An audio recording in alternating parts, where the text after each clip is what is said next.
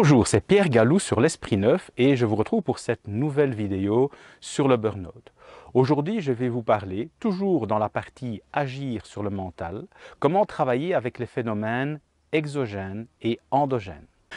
Premier phénomène, le phénomène endogène. Endogène, ça veut dire qu'il vient de l'intérieur. Ça veut dire que ce sont des événements sur lesquels vous avez la main. Ce sont des événements sur lesquels vous allez pouvoir agir. Je vais prendre certains exemples.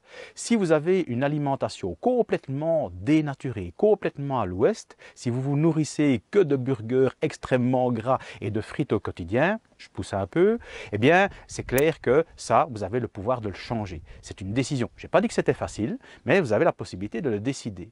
Si vous fumez 2 paquets de cigarettes par jour ou même 1 paquet par jour, je n'ai pas dit que c'était facile non plus, mais il existe aujourd'hui des solutions extrêmement efficaces pour arrêter de fumer.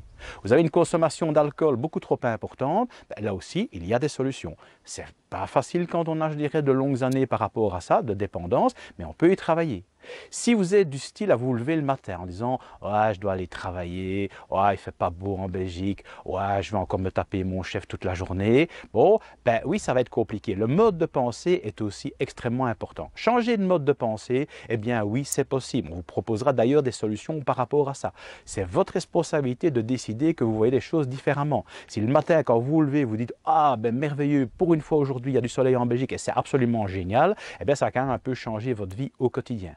Si vous côtoyez en permanence des relations toxiques, des gens qui n'arrêtent pas de balancer des choses négatives autour de vous, ben oui, ça aussi, vous avez le pouvoir de changer.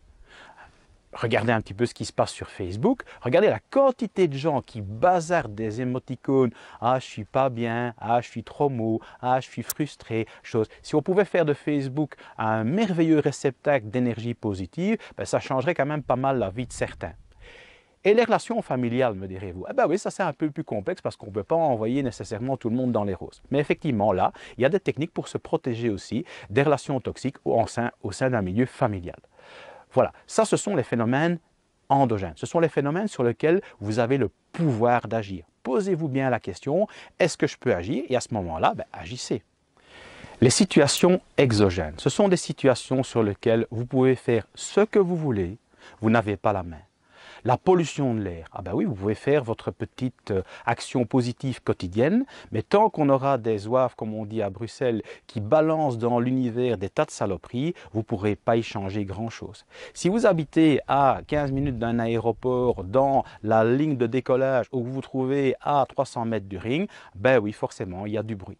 Si vous avez des conditions de travail qui ne sont pas acceptables chez votre employeur, ben vous pouvez lui signaler, vous pouvez lui faire remonter, mais tant que lui n'a pas décidé de les changer, ça ne changera rien. Même chose au niveau de vos horaires de travail, s'ils ne correspondent pas à votre rythme, eh bien effectivement, ce n'est pas vous qui allez pouvoir les changer.